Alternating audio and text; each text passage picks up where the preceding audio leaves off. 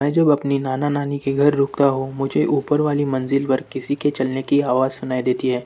आवाज़ हमेशा कमरे के एक कोने से शुरू होती है, आराम से दूसरे कोने तक जाती है और फिर रुक जाती है।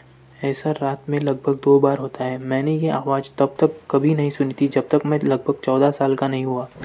उसी समय मेरे नाना-नानी ने मुझे घर के एक अलग कमरे में सुलाना शुरू किया था, क्योंकि वे खुद अलग-अलग कमरों में सोने लगे थे।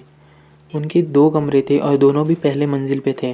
पीछे की बात बताऊँ तो मुझे बचपन से ही उस घर की ऊपर वाली मंजिल से अजीब डर लगता था। वह कभी समझ नहीं आया, लेकिन मैं आज 23 साल का हूँ, वह अकेले जाने से बचता हूँ। ऊपर एक कमरा ऐसा है जो मुझे सबसे ज़्यादा डराता है। वह लंबा और संकरा कमरा है। दरवाज़ा खोलते ही बाईं और दाईं तरफ अलमारियाँ हैं, बीच में एक बिस्तर रखा है और सामने खिड़की है। बचपन में मेरे नाना-नानी मुझे एक कहानी सुनाते थे। उनका कहना था कि घर के पिछले मालिक के बेटे ने दावा किया था कि वे रात में एक गोरिल्ला जैसी चीज़ को अलमारी से निकलते कमरे में नाचते और फिर वापस अलमारी में जाते हुए देखते थे। उस समय मैंने कहानी को मजाक समझकर भुला दिया था। जब मुझे नीचे वाले कमरे में सोना पड़ा, जो ठीक उसी डरावने कमरे के नीचे था, तब यह कहानी फिर याद आने लगी। एक रात हम सब सोने चले गए। घर की सारी लाइटें बंद थीं और मैं अभी भी जाग रहा था। तभी मैंने पहली बार वह आवाज़ सुनी, टक, टक, टक। आवाज़ ऊपर वाले कमरे से एक छोर से शुरू हुई।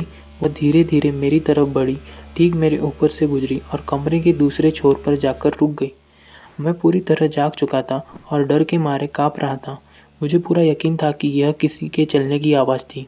घबराकर मैंने नाना के कमरे में दौड़ लगाई और उनको सब बता दिया। उन्होंने कहा कि घर पुराना है, इसलिए लकड़ी चरमराती होगी। फिर भी उन्होंने मेरे लिए डाइनिंग रूम की लाइट्स जला दी ताकि मुझे थोड़ा सुरक्षित महसूस हो। मैं वापस अपने कमरे में गया और सोने की कोशिश करने लगा, लेकिन कुछ देर बाद आवाज़ फिर शुरू हुई। इस बार वह आवाज़ वहीं से चली जहाँ से पहले रुकी थी, यानी खिड़की के पास से। वह फिर से मेरे ऊपर से गुजरी और दरवाजे के पास जाकर रुक गई। मैंने सोचा अब सब खत्म हो गया, लेकिन लगभग 5 सेकंड बाद किसी को सीढ़ियों से नीचे उतरते हुए सुना। 1 2 3 4 5, फिर थोड़ी देर सन्नाटा, 6 7 8 9 10 और फिर थोड़ा सन्नाटा। मैं डर के मारे जड़ हो गया। जो भी था अब वह मेरे ही फ्लोर पे आने लगा। डाइनिंग रूम की जलती हुई लाइट भी उसे रोक न सकी।